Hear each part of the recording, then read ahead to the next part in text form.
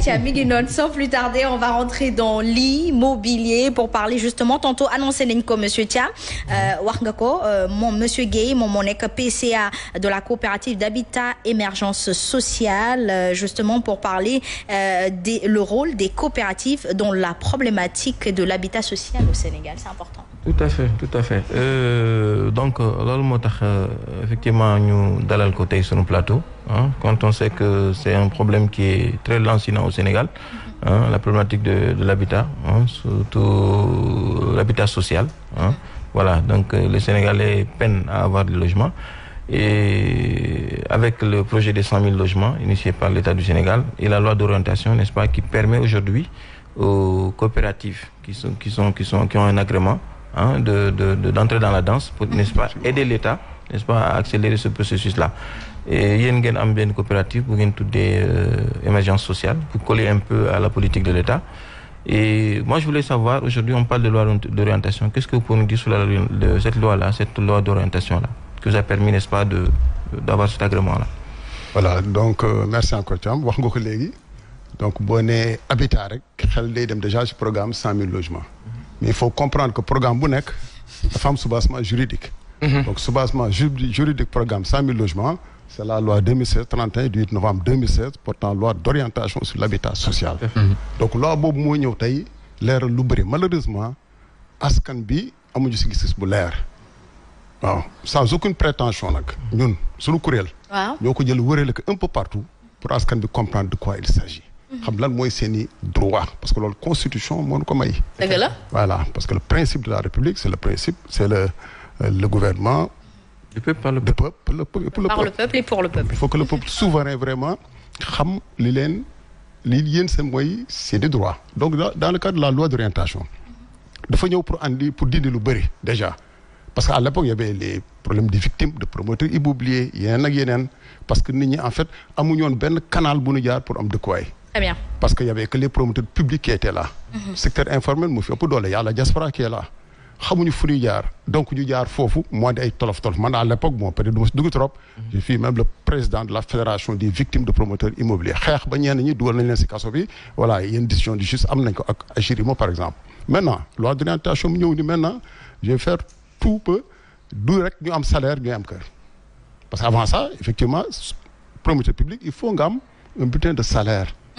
pour ñu mën la jox benn financement nga mën a wala ñu jox la kër. ñu naan location vente. Maintenant loi bi ñëw ni je vise d'abord les primo-accédants mooy ñi nga xam ne mosuñu am kër muy benn ñaar ñu ni maintenant pour permettre au secteur informel ñu diaspora ñu mën a bokk ci programme bi dinaa andi li ñu naan benn subvention Fogalok le fonds de garantie des logements sociaux boobu mooy wéeru ci banque bi nga xam ne askan bi nga xam ne amul bulletin salaire donc sous le couvert effectivement de cette convention mën nañ la accompagner nga am kër sous location vente. En plus de ça loi d'orientation bi dafa andi la gratuité du foncier maanaam suuf si nga xam ne moom ngay utiliser pour tabax dañ la koy jox gratuitement. bu ne dañ la koy jox. nit ñi dañ yaakaar ni état bi mu lancé plateforme boobu et c'est une très grande erreur pour ma part parce que état du construire. état du maîtriser la cible. donc à ma grande surprise quand mu gisee ñu lancer benn programme d'inscription.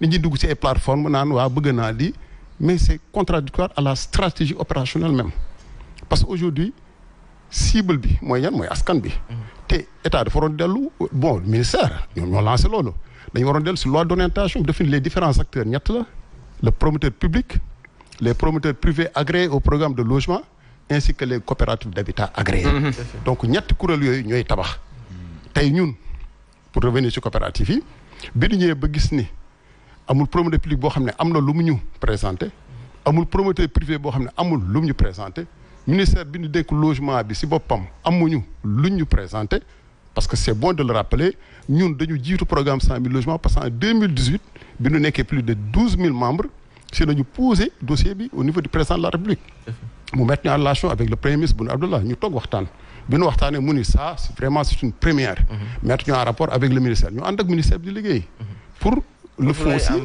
Embrayer sur la deuxième question parce que apparemment il y a un glissement, il y a un guidou fofu. Wow, c'est ça. Rapidement, s'il vous plaît. Justement pour savoir la plus-value qu'apportent, n'est-ce pas, les coopératives d'habitat à ce programme de 100 000 logements.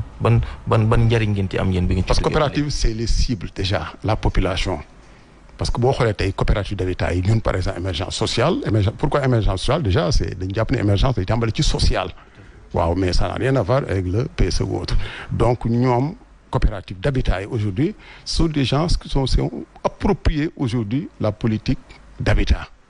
Comme nous, par exemple, 12 000 logements, 12 000 membres, nous, État bi war ñu jox suuf ñu ànd ak ñoom di liggéey le ministère c'est important de le dire hein ñu ànd di liggéey ba benn instant ñu xam ne ñii mënuñu jox suuf ñu dajale plus de 800 millions de francs CFA vous vous rendez compte jaaykatu caaf jaaykatu jën diaspora secteur formel militaire paramilitaire les couches toutes catégories socio-professionnelles confondues dajale plus de 800 millions de francs CFA vous vous rendez compte jënd suuf boo xam ne dañu la ko waroon jox gratuitement pourquoi ñu def ko parce que le ministère à un moment le président dafa déclassé benn forêt côté aéroport. jox leen ko pour ñu accompagner l'habitat social. ñu jël suuf boobu yàggul li may wax nii jox ko benn tubaab jox ko benn tubaab. benn nasaraan daal. benn nasaraan un belge. et là où askan bi ñu ngi en face jënd plus des centaines de millions di jënd suuf yow nga jël ko jox ko une valeur de 7 milliards de francs CFA. mais est-ce que l'État est indexable parce que moom moo jiitu. et gouverner c'est prévoir mais est-ce que ñoom ñoo ko def parce que ñun tamit dafa am lu lëj ci suñu biir te dañ koy waxtaanee. mooy que man nan lay daanelee Pa Assane mën na am un bon projet. pour les Sénégalais. mu proposer ko mais explication bi yaatuwul man ma jaar ci ginnaaw jublang. daal di këf nit ñi jël ko jaay ko nasaraan si ci turu li nga xamante ni moom moo di réew mi. dafay am ci suñu biir te loolu day tilimal suñu liggéey. day tilimal suñu nekkin ci bëtum nasaraan si ci bitim réew. est-ce que aussi du loolu tamit warante bi ci suñu biir il faut que ñu waxtaanee ko. c'est exactement ça. justement war la parce que ñun mënuñu ànd ak ministère di liggéey chaque 15 jours ñuy ñëw ba ñun bi ñu jëndee suuf sax déjà di tàmbali suñu tabax. ñoom si réunion de chantier yi dañ doon teewee. donc ñoom xam nañu lii buñ leen ko joxee pour askan bii la. mais ils ont fait li ñu naan le détournement de destination privilégiée et c'est grave. porté ngeen plainte. non porte plainte mooy lan bi gars yi di coow frustré. man leen lii du ko faj xam lu koy faj. mooy ñu wan leen ñu mën nañ demal suñu bopp. on a les moyens de notre combat. si nañ continuer acquérir d'autres fonciers xeex ba barki démb. ba ngeen gisee si télévision. et wane na ko kan ma leen doon attribuer assiette foncière yooyu noonu c'est l'État. ñan ci. assiette foncière yooyu noonu ou bien vous prenez ça dans des lotissements privés. ñoo ko jënd. ci lotissement privé arrêté ministériel attestation de bail jënd normal fii des lots de 300 parcelles des lots de 400 parcelles ainsi démarrer suñu construction. Très bien.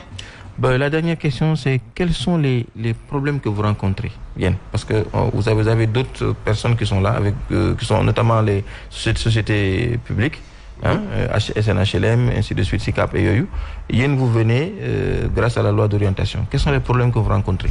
Est-ce qu'il n'y a pas de télescopage au niveau de... Non, de télescopage parce que loi d'orientation moo ko définir ba pare. Non, tout à fait. Mais je veux dire dans l'exécution de vous. Effectivement, il y a un problème parce que on gêne parce que déjà boo c'est problème loyer pourquoi du fi musu jógee.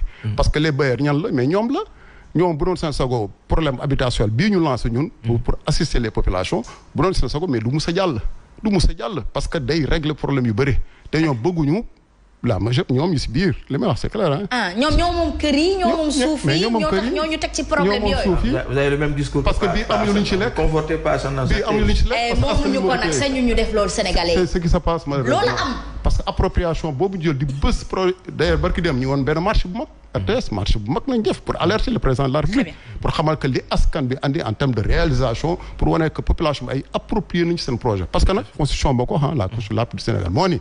tout citoyen a le devoir de lutter contre les agressions te agression du fisc rek mais il y a les agressions économiques financières bi nga xam ne waa ministère du logement actuellement ñoo mené cette agression économique et sociale et c'est dangereux. Très bien. En tout cas, merci beaucoup. Votre présence nous a été d'une très grande utilité. Monsieur Thiam, la rubrique a été très explicite pour les Sénégalais. ñun nag nañu war a fexe ba góorgóorlu ba duñu tilimal liggéeyu président waaye duñu tilimal suñu der mooy ñunu neen muy ñi nekk ci nguur geeg ñi nekk ci ñoom ñëpp mënoo ci génn kenn ci société bi Pa Assane ñoom ñëpp une carte d'identité sénégalaise la ñuy yor passeport sénégalais la ñuy yor fu ñu dem dañ leen di considérer ni sénégalais muy ba u sénégalais de la population ba high level ñoom selon comment ils le vivent xulil xaali bët aw waaw ma leen la compliqué wul la ndaw génn bi la mu la wax leer na nañ man gàccaa ma tax sëgg de.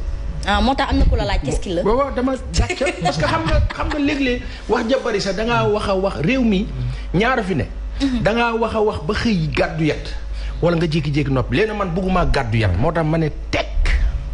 waaw gàddu yat li ma wax nii ala gàcca jiite ay nit gàddu lépp moom lépp te lépp teg ci nag léegi fan war a dëkk sax ngeen jël ko teeg toog dina xulli nag.